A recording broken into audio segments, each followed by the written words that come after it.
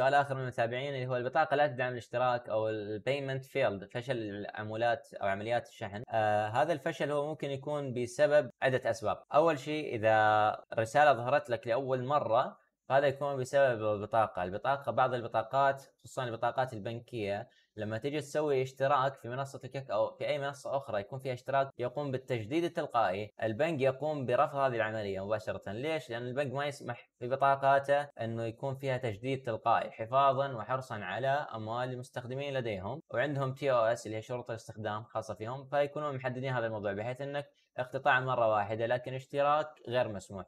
فلهذا حتشوف انه نفس البطاقة بامكانك انك تسوي فيها اهداء اشتراك لكن مو بامكانك انك تسوي فيها على سبيل المثال اشتراك. هذه واحدة من المشاكل اللي هي تكون سببها البنك نفسه. تمام. المشاكل الاخرى اللي هي اما تكون البطاقة ما فيها عدد اموال كافية يا اما البطاقة غير مدعومة. عموما انا انصح باستخدام بطاقات المحافظة الوهمية او الوالت الفيرتشوال والت، هي ممكن تكون على سبيل المثال محافظ الباينر، الوايس، الاس تي سي باي، الانينال، البابارا سواء في تركيا. انا انصحكم بهذه البطاقات، هي افضل واحسن في موضوع الاشتراكات، وتكون ايضا قابله انها تسمح للتجديد، فما راح ترفض صراحه في عمليات الدفع. انصحكم في هذه البطائق، احسن من بطائق البنك في هذه المعاملات في هذه المواقع.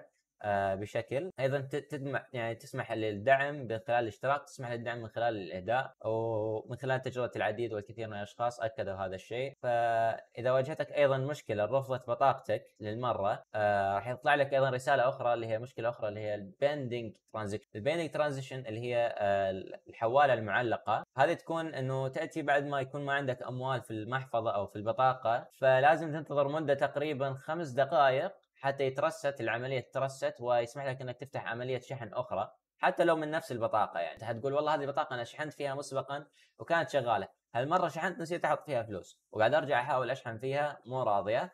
نعم لان العمليه معلقه، انتظر العمليه لحد ما تنتهي تقريبا 15 دقائق من خلال تجربتي الشخصيه، وترجع تحاول بنفس البطاقه بعد ما تخلي فيها فلوس بالتاكيد راح تشتغل معك لانه العمليه تكون معلقه. فعلى هذا الاساس لازم تنتظر حتى تستطيع انك تقوم باستخدام نفس البطاقه مره اخرى في المستقبل.